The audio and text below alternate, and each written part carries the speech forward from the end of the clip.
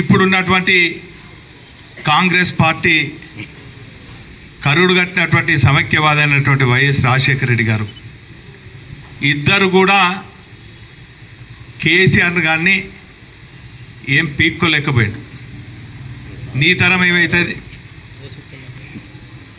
ఈరోజు కేసీఆర్ అనే మొలక తెలంగాణ ప్రజల్లో గూడు కట్టుకొని ఉన్నది. తెలంగాణ ప్రజల హృదయాలలో మొలకెత్తినటువంటి ఆ మొలక వటావృక్షంను నువ్వు ఎవ్వరు కూడా నీలాంటి 100 రేవంత్ రెడ్డిలు వచ్చినా కూడా ఏం కాదు. పైపెచ్చు కాళోజీ కళాక్షేత్రాన్ని ప్రారంభించినావు. దాని పునాది రాయి ఏంది, దాని స్థల సేకరణ ఏంది కనీసం తెలుసుకోలేక, కనీసం అది ఎవరు ప్రారంభించినా అని నీ నోటి నుంచి ప్రస్తావిస్తాం అనుకున్నాం. నీ అనుచరులు కూడా చెప్పనట్టున్నది.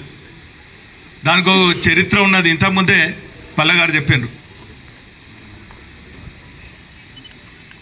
గతంలో కూడా సమైక్య రాష్ట్రంలో కాళోజీ గారు చనిపోయి 2002లో చనిపోతే 2004 వరకు 2 సంవత్సరాల పాటు నీ పాత గురు ముఖ్యమంత్రి ఉన్నారు చంద్రబాబు.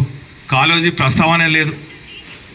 2004 నుంచి 2009 వరకు మరి మీ కాంగ్రెస్ పార్టీ ప్రభుత్వంలో ఉన్నది. కాళోజీ ప్రస్తావన లేదు. కానీ కాళోజీకి సముచిత గౌరవం ఇచ్చి ఆ రోజు 2009లో ప్రజల ఆశీర్వాదంతో నేను గెలిచిన తర్వాత కవులు, కళాకారులు, కాళోజీ ఫౌండేషన్ వాళ్ళు 300 గజాల స్థలం కావాలంటే 3 ముఖ్యమంత్రులను వైఎస్ రాజశేఖర రెడ్డి గారిని, కిరణ్ కుమార్ రెడ్డి గారిని, రోషయ్య గారిని కలిస్తే 3 గజాల స్థలం ఆ రోజు మీ ప్రభుత్వం, కాంగ్రెస్ ప్రభుత్వం ఇవ్వలేదు. కానీ ఇంతకుముందు పెద్దలు రాజన్న చెప్పినట్టు 100 రోజుల తన పాలన ముగించుకొని కేసీఆర్ గారు ఇక్కడికి వచ్చి కాళోజీ గారి కుటుంబాన్ని కలిసి వారికి అన్ని రకాలుగా చేయూతనిచ్చి కవులు, కళాకారులను గౌరవించి వారి సూచనల మేరకు బ్రహ్మాండమైనటువంటి ఆడిటోరియం దేశంలోనే బ్రహ్మాండంగా ఉండాలి, కవుల కళాకారులకు ఉపయోగపడాలని చెప్పి నిర్మాణం చేయడం జరిగింది. ఈరోజు అంత గొప్ప వ్యక్తిని పట్టుకొని చిల్లర మల్ల మాటలు మాట్లాడితే పోరుగాళ్ళు ప్రజలందరూ కూడా చూస్తున్నారు. నువ్వు అన్నట్టు కాళోజీ గారు కొటేషన్ తీసుకున్నారు. ప్రాంతం వాడు